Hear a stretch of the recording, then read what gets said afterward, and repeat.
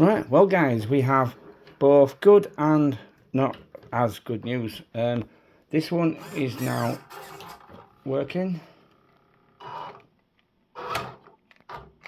Way.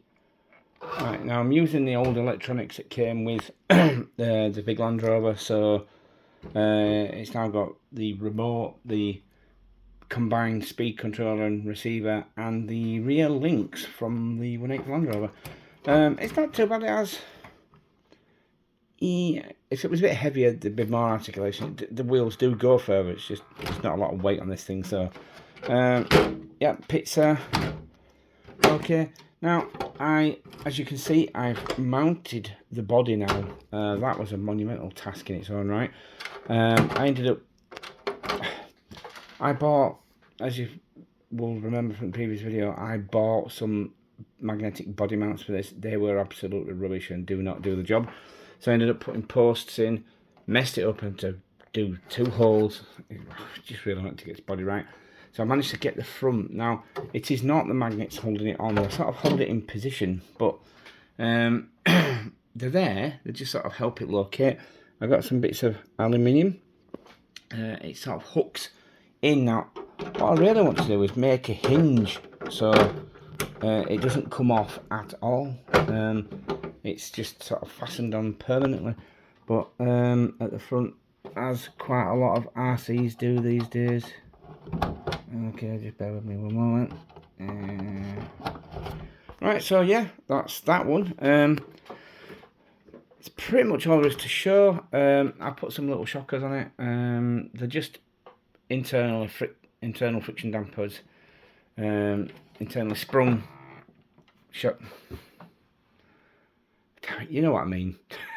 They're only sort of like 70 or 80 millimeter. Now I really wanted to sit a little lower at the back, but that's good enough. Like I say, it's not huge articulation, but it's not really an off-road monster truck or a crawler. I just want to make a mod called Ironhide.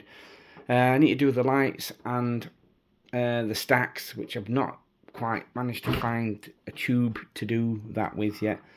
They do some stacks for the King hauler, which would probably be about the right size, but they're like $30–40.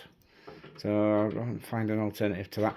I found my little wing mirrors, which will be perfect and are just like the ones in the movie. Because it doesn't have the big ones like a real one does. It has like car mirrors, so I'll attach those.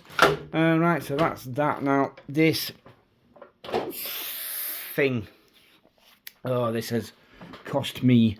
I've been on this thing for several hours today. This is also another fail. I bought this to use under that and ended up buying an entire chassis and just extending the links. So this is now a total waste of money. I may redo the chassis rails under the F-150 and use these. They're a bit too long at the back, so I can use that bit I cut off at the back to go on the front. Pretty much recreating the one that's done now, but already painted. Plus the ones that are on it now, I cut in half to extend the middle part, and they don't need extending now. So that's now this thing. Oh my god! As you can see, in fact, I'll take the body off in a minute. I tried to put this gearbox in it. No, I tried to put this very similar gearbox in it. No. This transfer case. No. None of them fit with it lowered at road sort of stock travel, suspension travel, road height thing. My mouth is not working tonight, so just bear with me if I'm talking crap. So, what did I do? I mean, this thing is just so heavy. No matter what you do, the drive shaft's foul, the gear, if I had one of them days you wish you could start again, this is one of those days. Right, this is, I may be able to get the ride height a little lower, but this is pretty much how it's going to be now. And I'll show you for why. I'll take this off because it's not actually attached properly. Oh, bear with me. It's just too heavy. Right, now, this, I redid the drive shaft from the gearbox to the transfer case. Now, I thought to myself, if I drop it using this lowering or lift kit, should I say, to lower the skid plate, gives me more space underneath. I can get one of these gearboxes in. Now, they fit in, and the motor fits in perfectly. It just fits snug up to the rail, except for that drive shaft just touches the back of the motor. And on compression, it's pushing the motor up. Now, eventually, that's going to damage this expensive motor that I've barely used. So, I thought, oh, I'll get the other one out of the F-150 because it's a smaller motor. But this gearbox is slightly different, and it doesn't fit. It doesn't even fit in. It's longer from there to there than the part carbon one is. So, it's actually quite a task to take the motor out of this because you have to take all this plate off. Try not to spill all the gears out all over the place, which are now all greased up. And so I just chose not to. So that is almost certainly going to go in the F-150 now. No, it's not. No, I'm talking crap. It's actually quite easy to get the motor out of this one. As you can see, the screws that attach it are outside. Whereas the screws that attach that are internal. So this motor can now go on the gearbox. It's just there. So I've just got to put a screw in there to lock these two halves together. So that is all fixed now. I found out what was wrong with the gearbox. This little pin, linch pin that goes through there, this grub screw holds it in. The grub screw backed out, letting the little linch pin loose.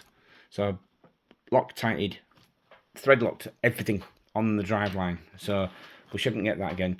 The links still need redoing. Now, another way I managed to get some space on this is by mounting these links outboard rather than inboard. It just gives that extra little bit of space. Now, the drive shafts aren't fouling on the links. They touch ever so slightly at full compression. I can deal with that. Well, you can see it's rubbed a bit of the paint off. You can see just there, it's a little lighter, that's where it touches. It's just going to rub a bit of paint off there and there, so that I can handle. I'll be needing some new wheels for it now, because I don't really want these like monster truck wheels now. These are ever so slightly bigger than the tyres that were on it, just ever so slightly.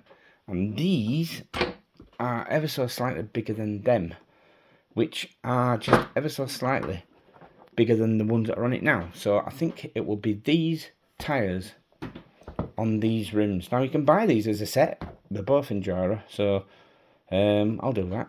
I want to get some new 2.2s at a later date anyway, because I shoved those that came on this chassis that I used for Ironhide on there, and I'm like, the cheap plastic, but I just thought, oh. I just thought, oh, they look nice. So what I'm going to do is paint those black, and then they're going to go on there because they're actually fairly big. They're almost as big as the tyres that are on it. So that's just the plan for everything today.